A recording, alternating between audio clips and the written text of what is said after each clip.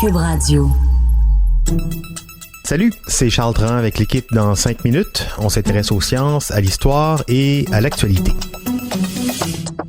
Aujourd'hui, on parle d'histoire et de recherche médicale. Une page très sombre de l'histoire, en fait, celle de l'effroyable unité 731, une unité de recherche scientifique japonaise basée dans la Chine occupée en pleine Seconde Guerre mondiale, l'unité 731.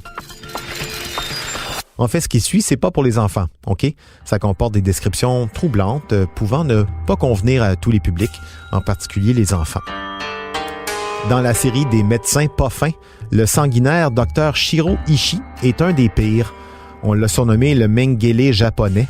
Shiro Ishii, chirurgien lieutenant à ses débuts dans l'armée militaire japonaise en 1922, il deviendra par la suite microbiologiste et général.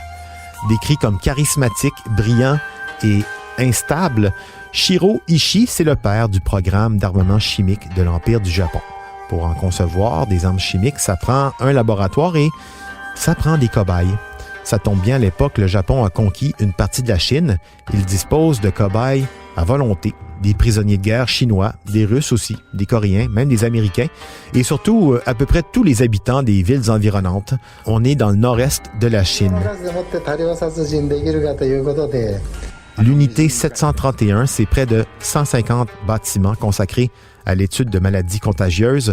Le nom officiel de cet établissement, c'était à l'époque Département d'épidémiologie préventive et d'études sur la purification de l'eau.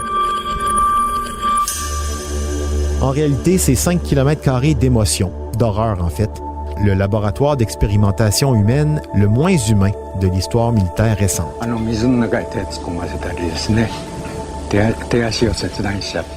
Des expérimentations très spontanément imaginées par le Dr Ishii au nom d'une recherche médicale militarisée, douteuse, dans le but d'anéantir l'ennemi, de la pseudo-science qui n'a rien eu à voir avec la vraie recherche médicale ou militaire.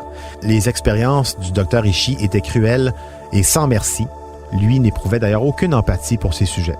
Voyez pour vous-même, parmi ces expériences, à l'aide d'un congélateur, faire geler des mains, des bras de cobayes vivants, les décongeler rapidement pour étudier le pourrissement de la chair humaine.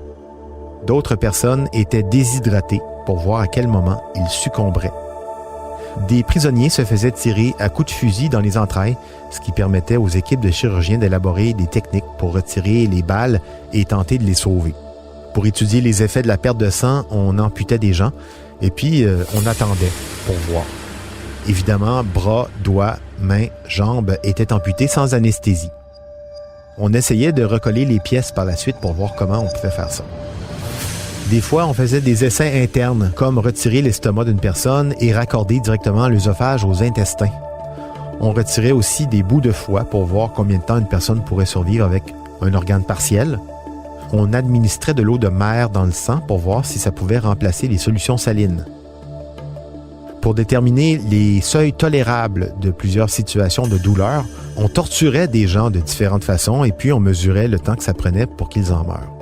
Pour déterminer la durée de survie d'une personne blessée par brûlure, on les brûlait au lance-flammes ou on les exposait à du phosphore pur et on voyait combien de temps ils survivaient. Certains étaient transfusés avec du sang animal, du sang de porc ou de cheval. Des virus, des bactéries diverses étaient administrés aux prisonniers, peste bubonique, choléra, typhoïde, tuberculose, syphilis, gonorrhée, botulisme, pour étudier les maladies tout simplement. Des vivisections étaient aussi effectuées sur eux, à froid.